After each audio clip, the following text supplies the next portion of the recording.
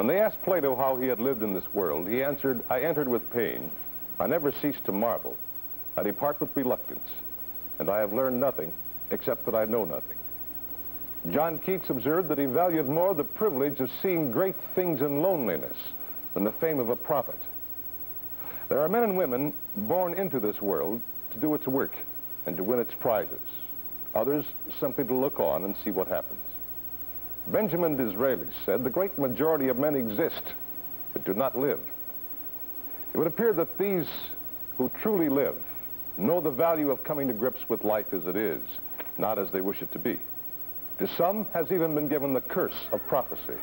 Tonight's subject, one of the greatest of these. The program is Challenge, a probing interfaith dialogue designed to search out and discuss the challenges common to us all. Tonight's subject, making the most out of Moses. Sharing tonight's discussion are three representatives of our major faiths: a rabbi, a minister, and a priest. First, Rabbi Raphael Levine, Rabbi Emeritus at the Temple de Hirsch. Next, Pastor Oscar Rolander of Our Redeemer's Lutheran Church, and the moderator for this evening, Father William Tracy, pastor at St. Patrick Church. We begin our program today, Making the Most of Moses, by looking at a painting by a contemporary artist, Mrs. Reva Levine, the wife of Rabbi Levine, in which she depicts Moses, the great Jewish prophet, when he received that mysterious call from God in what is described as the vision of the burning bush, and was told to go down to Egypt to free his enslaved countrymen.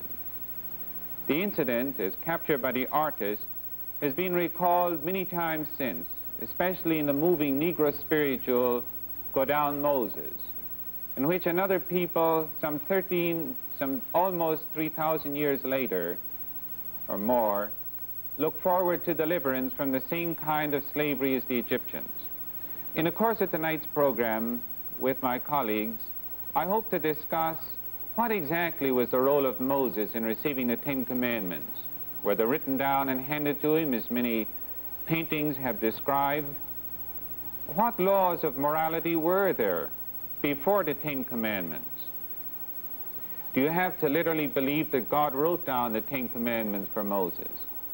How does a young Israelite today, who is fighting for the freedom of his countrymen, look on Moses? Is he a kind of saint to him? Is he a dynamic personality? These are some of the questions that I hope to probe with my colleagues today. Would you say, Rabbi Levine, that to the young Israelite today in Israel, or to the Jew, that they regard Moses as a sort of George Washington, as the great liberator, a great person that looms over the beginning of their history? Yes, Father, I would say that that is true, not merely with the adults and the Orthodox, but I think with all Jews. Because, as a matter of fact, he was the emancipator, the great deliverer, in a sense the father of the Jewish people, bringing them out from slavery, welding them into some kind of a national unity, giving them a reason for their existence, and giving them a goal, as we believe, to become witness to God among the nations of the world. In a polytheistic world, he brought a new vision of what God could be. And the Ten Commandments, which you refer to, Father, were, as a matter of fact, the covenant between God and his people. And it's an interesting thing that the covenant was embodied not in a dogmatic creed, but rather in 10 rules by which human beings could live together as a human community. Well, let's come back to those commandments for a moment, but I'd like to turn to Pastor Rolander, because as a Christian, I see Moses embodying two great principles. One, the rabbi has just described as being the father of his people, the one who liberated them from Egypt. On the other hand, there are about 80 references to Moses in the New Testament, and all of them are concerned with his role as a lawgiver. Do you think that would you care to comment on that? Well, I think this participates in something of what I was hoping I could say right at the outset of this program, namely that I think we all respond to the idea of the heroes of the faith. I think we all love to have a hero. Moses has always been a hero of the faith, both for Christians and for Jews, I think, and the very experience that he had in this beautiful picture that Mrs. Levine has painted of the burning bush is an inspiration, and always has provided an inspiration to us in that it was a spiritual experience. I don't know that the literalism of it in one way or another matters so much as the fact that here was a man who sensed that it was very real to him that God had spoken to him out of this bush which was burning and yet was not being consumed. And, we've preached, I'm sure, sermons about the fact that Moses turned aside to look at this. There was this response on the part of Moses, and God spoke to him, and Moses had this very, very strong and meaningful spiritual experience. And I'm sure that you men, as I could, give occasions when God has seemed very close to us and has spoken to us in an individual way. And I think this was his experience, and I think we kind of respond to it because this happens to us as well. Well, let's come back to this question of the Ten Commandments that you were going to discuss, Rabbi. Do you remember that famous poem by Rudyard Kipling in the night, "There are no Ten Commandments east of Suez"? Isn't that how it goes? No, I don't know the poem. Well, it was a reference to the fact that in that part of the world in the 19th century there was very little of any Judeo-Christian influence. So to put Kipling's problem another way, were there any Ten Commandments before the time of Moses? Oh, yes. There were commandments, not the 10, the way we have it in our Bible, but people were not uncivilized before Moses came. They had rules of life. They had rules against murder. They had rules against theft. They had rules against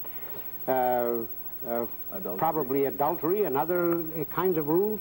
After all, the Code of Hammurabi, who was a great Babylonian king and who lived probably 500 years at least before Moses was born, they had a very, very sophisticated judicial system. The thing that makes the Ten Commandments and the Mosaic Code, not only the Ten Commandments, but the whole Pentateuch and everything that flows from it, different from the Code of Hammurabi, is the emphasis. The emphasis. Now, Hammurabi also said he got his code from God, you know, from the god Shamash, the sun god that they worshipped. But the difference is this. Whereas the Code of Hammurabi, if you read it carefully, had some of these things, not to kill, not to steal, and that kind of thing, the emphasis was on property rights, because the Babylonians were a commercial civilization, as we've discovered when we dug up the cuneiform tablets and so forth. The Mosaic Code is a humanitarian code. The emphasis is on human relations, not on property. Property is incidental, but how people treat one another, this is the dominant motivation in the Mosaic Code. People over property in the Mosaic Code. Well, is that how you see it? How do you see the moral principle, the Ten Commandments in regard to the pre-Moses time? Did they were a little more freewheeling, would you say? I'm very glad that you've asked me that, because as you know, I lived in a pre-Christian society for almost 10 years, and living among the Africans who knew nothing about the Ten Commandments, in this particular tribe of people with whom I worked, they hadn't heard of that, but there were very definite rules of morality which held in their society. And so, as we say in the New Testament, God has not left himself without a witness. In his very creation of us, there is in us a conscience and a sense of rightness and oughtness, because we're made that way. Okay, so there were definite proscriptions against murder, not murder outside of the tribe and of the in-group, to be sure, because even the young men would murder somebody from another tribe just to prove their manhood. This gave them the badge of sort of honor. But in the tribe, that's a different thing. The same way with adultery and with stealing and things like that. As far as the code within the in-group, it was very, very tight indeed, and it was a kind of pre-Christian type of morality, which rose to a much higher level in the explicit revelation that we have in the Old Testament under Moses, and then it came higher, and I believe, of course, came to its fulfillment in the life of Christ, who fulfilled it with the idea of law of love. All right. You know, I'm going to enjoy this program because it really is leading into some very interesting implications. You know, the question is sometimes asked, did God actually give Moses the Ten Commandments? Did he write them out? Yeah, did he write them out and give it to him, like we saw, for instance, in the King of Kings? Yes. You know, not the King of Kings, but in... the Ten Commandments. The Ten Commandments. Yeah. The Ten Commandments were the finger of God with lightning carved it on the Ten Commandments. And people have been concerned about that. Well, you know, to me, it doesn't make any difference, really. Because the Ten Commandments are basic rules of life. And as we have pointed out, they were not unique. There is many of them, not all of them, because I am the Lord thy God who brought thee out of the land of Egypt obviously was only in the biblical Ten Commandments. Or you shall have no other gods before me and make no graven images. This was unique to the Ten Commandments. But the others, you know, like thou shalt not commit murder, thou shalt not steal, thou shalt not lie and cheat and covet and so forth and so on. You know, it made me think of something very, very interesting that I think. You know that in every great religion of the world, there is a basic realization that love is the law of life, and love is God. You find the golden rule, as you know, in Buddhism. You find it in Confucianism. You find it in Lao Tzu, in Zoroaster. Now, none of these people knew or had anything to do with the Judeo-Christian heritage, because they all lived, these men that I've mentioned, all lived 500 BC. So they couldn't have known Jesus. They may have heard of Moses, but I doubt it. And yet they came to the same fundamental conclusion, that the way to God can be opened only with the key of love. Now, therefore, it seems to me, and I like to make this suggestion to you gentlemen, and I'm going to be hung for this, I know. I like to suggest that the Ten Commandments and thou shalt love thy neighbor as thyself are true and valid, not because either Moses or Jesus or even God said that, told him about it, but rather, and that's why, or because they're in the Bible, but they're in the Bible because they express the very fundamental insight on how human beings can live together and fulfill their human destiny. Well, I'd go along with that, Rabbi, except to qualify it on one thing. You said they're not right because God said so.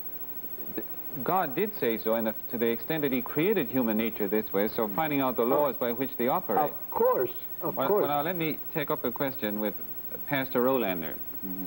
I was reading recently an article on Moses in which the writer said that actually God didn't speak to Moses from a burning bush, that we almost can get distracted from the significance of God speaking to Moses. But God spoke to Moses through an oppressed people, because the message at the burning bush was this: I have seen the suffering of my people. I have compassion on them. Go down and liberate my people. Here is where we find God, and this is where true religion certainly has compassion for others. And if Christians and Jews had lived this concept of God, the relationship to God that Moses indicates, Marx could never say that religion was an opium of the people and neglected their sufferings and their needs in a given concrete situation. But I don't think it's, pardon me, Father, Rabbi. I want to ordain him as rabbi. I don't think it needs to be either or, you know, because I respond, as I said at the outset of this program, to this idea of the personal experience that was Moses out of this burning bush. I'm still glad Ms. Levine made that one, because I think in my own life, for example, when I was very strongly torn as to what my career should be in life, and I just wasn't sure, and I was going through a real time of crisis, and to me, one night when I just spent a long time by myself and in prayer and with my Lord, I opened my Bible and it opened to Acts 5:20, where it said, "Go and stand and speak unto the people in the temple all the words of this life." And to me, it just felt like it was just said to me, you know, and it became very real to me, very personal, and the words just sort of popped out of the page. Well, now, I think that was real, but then, as I got into ministry, then I began to think about people in need, and I have tried to give my life in service to people in need, and this is as a result. You say God spoke to Moses through these oppressed people. I think He can speak to us through the needs that people have. So I think it's both and, you know, rather than just a one or the other. You know, Father, that's why when you forgive me, Pastor Olander, for butting in. But when he interpreted the burning bush in that way, I felt, my goodness, there is a rabbi in the making. And that's why I said that. But do you know, Father, you know, this thing that I made... I was going to ask about that. I see a statue behind us over here with an inscription that seems a little unusual. Could you tell us just what this is about, Yes, I'll Rabbi? tell you what it means. You know, the poet Heinrich Heine wrote a poem on Moses, and he made this comment. He said, how small Sinai seems, Mount Sinai seems, when Moses stands upon it. And you know, this haunted me for a long time, and I tried to visualize it, and then I came up with this thing. I like to play around with tools. I'm a bit of, you know, if I hadn't been a carpenter, I'd have been if I hadn't been a rabbi, I would have been a carpenter, because I love to play with wood and with tools. So I carved this little thing, my conception of what Heine meant. And down below I have, you know, the mountain, and then the Ten Commandments, and then Moses, the gigantic figure, leaning on the Ten Commandments. Leaning on the Ten Commandments. It's not Moses that makes Sinai seem small, but it's Moses plus the Ten Commandments that makes Sinai seem small, because the Ten Commandments represent the fundamental law of life. And Sinai is merely a pedestal. Merely a pedestal. And I like this. Mm-hmm. How do you think? How small Sinai seems when Moses stands upon it.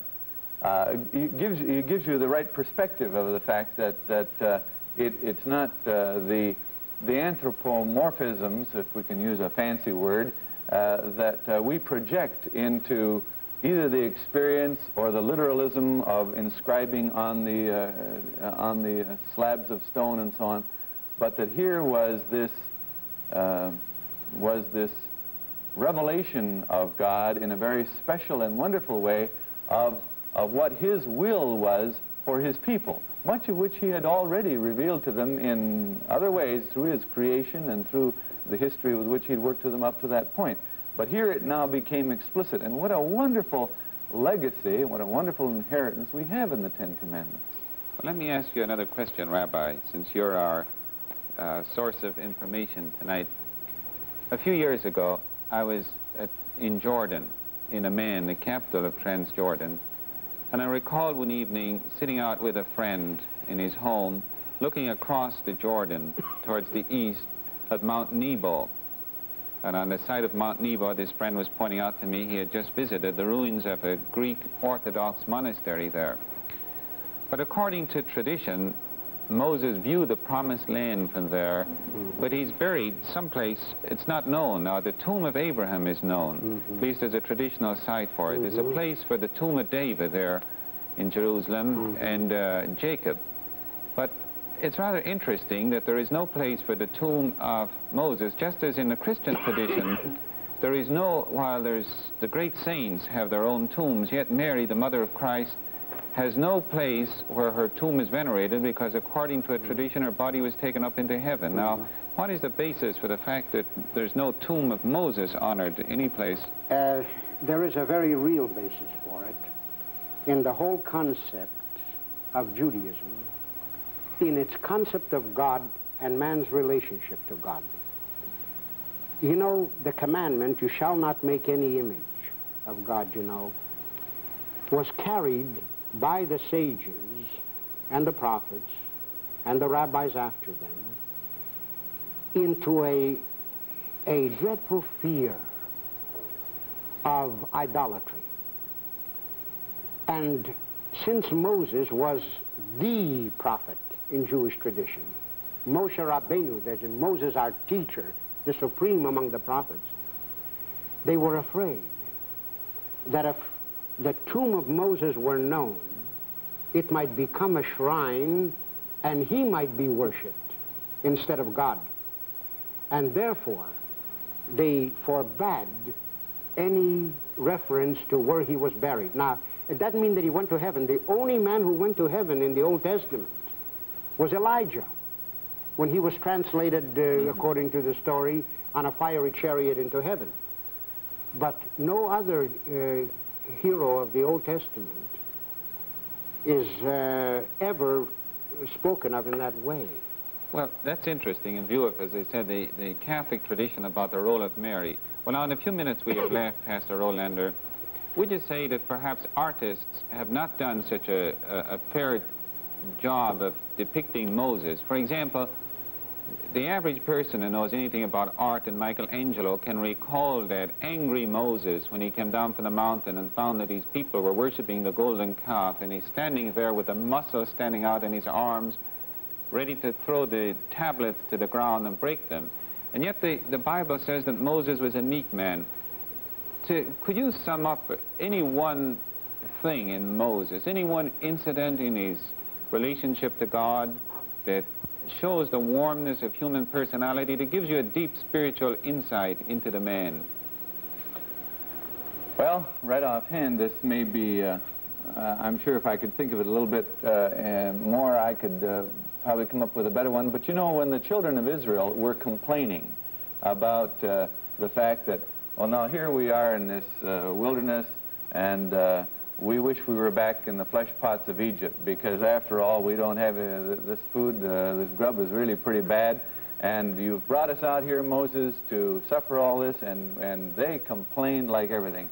And Moses went to his Lord, you know, and there's this conversation that goes on, and to me, Moses is very warm and human here. He responds, he understands his people, even though he himself is torn. You know, after all, I think we can sometimes make such giants out of these people. We fail to realize that they had their times of doubt and of concern too. But he goes and he gets this answer from his Lord. Now you don't worry about that. We're going to provide adequate food for these people. And there was this warmth in Moses. But I think the image that Moses generally gives out of having been able to lead his people away from Pharaoh, who after all was a man of such tremendous power, that Moses must have been a great, overpowering, towering figure. And I think sometimes we get a peculiar idea of these men. Would you care to give us a concluding thought on Moses? Well, I think that maybe the best one is in response to you said about when the golden calf incident, when he took the commandments and actually shattered them. Mm-hmm. And you know, even the rabbis were they were very astonished that Moses would dare to break the commandments which God gave him. And they find an explanation for it, and it's really rather beautiful. They said Moses did not throw the commandments down, but when he saw the golden calf, and God was so upset about it, as well as Moses, that the letters from the stone just flew out of the stone. and all that he had was just 2 heavy slabs of stone. And he couldn't hold them. They just fell out of his hands. They were so heavy. The implication is so beautiful that it's the idea that made the stone divine. Mm-hmm. The commandments made the stone divine. Once the commandments were gone, it was just a piece of granite or whatever it was. It fell to the ground. That's very interesting. Well, perhaps I'd like to conclude this program by just reading a short extract from chapter 23 of Exodus on part of the legacy of Moses to his people, a blueprint for society that Moses would left. And I think we could all have a much happier society if we lived it. He said, "You must not make false assertions. You must not support a guilty man by giving malicious evidence. You must not take the side of the greater number in the case of wrongdoing, nor side with the majority and give evidence in a lawsuit in defiance of justice. Nor in a lawsuit must you show partiality to the poor." And here's a very down-to-earth, homely piece of advice. If you come on your enemy's ox or donkey going astray, you must lead it back to him. If you see the donkey of a man who hates you fallen under its load, instead of keeping out of his way, go to him and help him. You must not cheat any poor man of yours of his rights of law. Keep out of trumped-up cases. See that the man who is innocent and just is not done to death, and do not acquit the guilty. You must not accept a bribe, for a bribe blinds clear-sighted men and is the ruin of the just man's cause. And lastly, you must not oppress the stranger. You know how a stranger feels, for you lived as strangers in the land of Egypt. To me, that's one of the most beautiful things that Moses said. It captures some of his spirit of the society that Moses would try and develop. There would have been such an improvement over the society that he had before him. And however we may talk about love, I think that if we lived that code that I just read, or that portion of it, we would have love, and it certainly would be the road that would take us to God. So with that, we will conclude tonight's discussion of making the most of Moses and turn our program back to Don McCune. Next week at the same time, these 3 representatives of our major faiths will return to share their knowledge and to offer their help as you face your individual challenge. The many questions which arise in the course of your daily lives can be answered during these discussions. Simply address your letters to Challenge, KOMO-TV, Seattle, Washington. Challenge is produced by Marty Wilson, directed by Ken Ritchie. Join us next week at the same time when Rabbi Levine, Father Tracy, and Pastor Rolander again explore the challenges Americans face today. Until then, good night.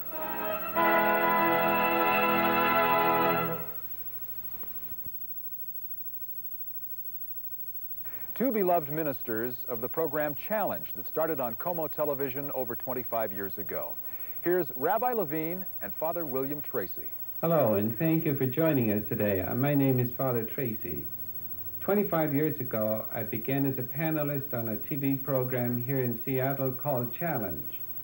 One of the people responsible for that program, primarily, I would say, is with me today, my dear friend, Rabbi Raphael Levine. I'm going to